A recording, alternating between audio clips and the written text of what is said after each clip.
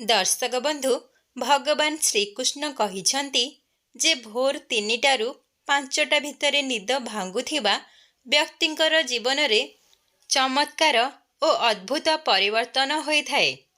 काहेकि एमिति होइथाए? मनुष्यंकर निद ब्रह्म मुहूर्तरे खोलिबार भी अनेक रहस्य लुचि रहिछि। आमर शास्त्र रे बहु ब्रह्म मुहूर्तर समय को अत्यंत शुभ बोली मना जाइथाए।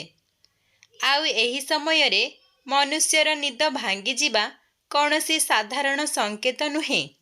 एहा द्वारा मनुष्य को ईश्वरंक द्वारा अनेक महत्वपूर्ण संकेत और सूचना मिली थाए। किंतु ताहा पूर्वरु जदि आपण माने चाहुछंती माता लक्ष्मींकर आशीर्वाद आपणक उपरे सदा सर्वदा रहु, तेबे भिडियोटी को गोटे छोटिया लाइक करी कमेंट रे जय माता लक्ष्मी निश्चय लिखि दियंतु। मनुष्यंकर निद ब्रह्म मुहूर्तरे काहेकि खोली थाए? एहार पछरे आध्यात्मिक और वैज्ञानिक उभय प्रकारर कारण लुचि रहिछि। आजिर एही भिडियो रे आमे जानिबा जे ब्रह्म मुहूर्तरे एमिति कौन होई थाए जहार प्रभाव मनुष्यंकर जीवन उपरे सीधा सड़ख पड़ी थाए।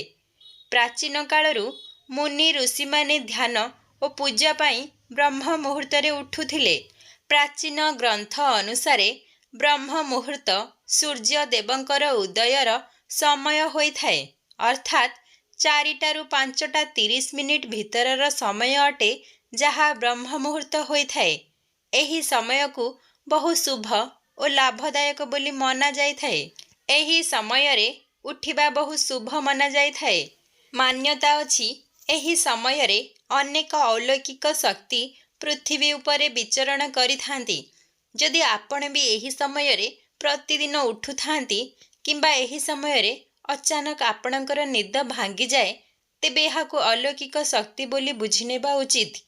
आपण केबे भी चिंता करिछंती मुनि ऋषि माने देवता माने एमिति कि आजिर वैज्ञानिक माने भी ब्रह्म मुहूर्त रे उठिबा पई परामर्श दियंती। एमिति एही समय रे कौन अछि जहा मनुष्यंक जीवन रे गभीर प्रभाव पकाई थाए। आमर शास्त्र रे सूर्य उदय पूर्वरु उठुथिबा व्यक्तिंकर किछि लक्षण विषय रे कुहा जाइछि। जदि आपण भी सूर्य उदय पूर्वरु उठुथांती तेबे आपण जणे अनुशासन प्रिय व्यक्ति अटंती, आउ सर्वदा निरोगी जीवन व्यतीत करिथांती। आपण जणे सचोट व्यक्ति अटंती, आउ समस्त कार्य को पूरा मनरु और परिश्रमर सह करंती। आपण बहुत बुद्धिमान और सकारात्मक व्यक्ति अटंती, आउ एही कारणरु लोके आपणकर बड़ सम्मान करंती। आपण जानी सुनी कहार मन दुख करंती नहीं। अन्य सहित केबे भी खराब रे कथा हुअंती नहीं। आउ कमजोर व्यक्ति को केबे घृणा करंती नहीं। असुविधा समय रे आपण केबे भी निज लोकंगर साथ छाड़ंती नहीं। आपण बड़ मानकर सम्मान करुथिबा व्यक्ति अटंती। एही सबु गुण आपणक भितरे रहिबार कारण आपणकर ब्रह्म मुहूर्तरे निद भांगिबा। आपणक उपरे अलौकिक शक्तिर प्रभाव रहिछि। मान्यता अछि जे भगवान सूर्यंकर पूर्वरु उठी जेउ व्यक्ति निजर कार्य आरंभ करिथाए, से समस्त कार्य रे सफलता मिलिबार संभावना बहुत अधिक थाए। जेउ महिला सूर्य देवंक पूर्वरु उठी घरर अगणा सफा करिथाए, एमिति घरे माता लक्ष्मींकर सर्वदा वास होइथाए। एमिति घरे केबे भी दुख आसे नहीं, सुख समृद्धि आसीथाए। ब्रह्म मुहूर्तरे उठिथिबा व्यक्ति अजणतरे सूर्य देवंकर विशेष कृपा प्राप्त करंती। सूर्य देवंकर किरण जेउ मनुष्य उपरे प्रथमे पड़ी थाए, तार भाग्यर उदय होइथाए। प्रतिदिन सूर्योदय देखिबा द्वारा नकारात्मक शक्तिर नाश होइथाए। वेदरे सूर्यंक किरण को कामधेनुर क्षीर सहित समान बोली मना जाए। जेउ प्रकार रे कामधेनु मा समस्तंकर मनोकामना पूर्ण करंती, ठीक सेही परी सूर्य देवंकर प्रातः कालर किरण मनुष्य को सकारात्मकतारे भरी देई थाए, आउ शनि देवंक कृपा भी वर्षी थाए।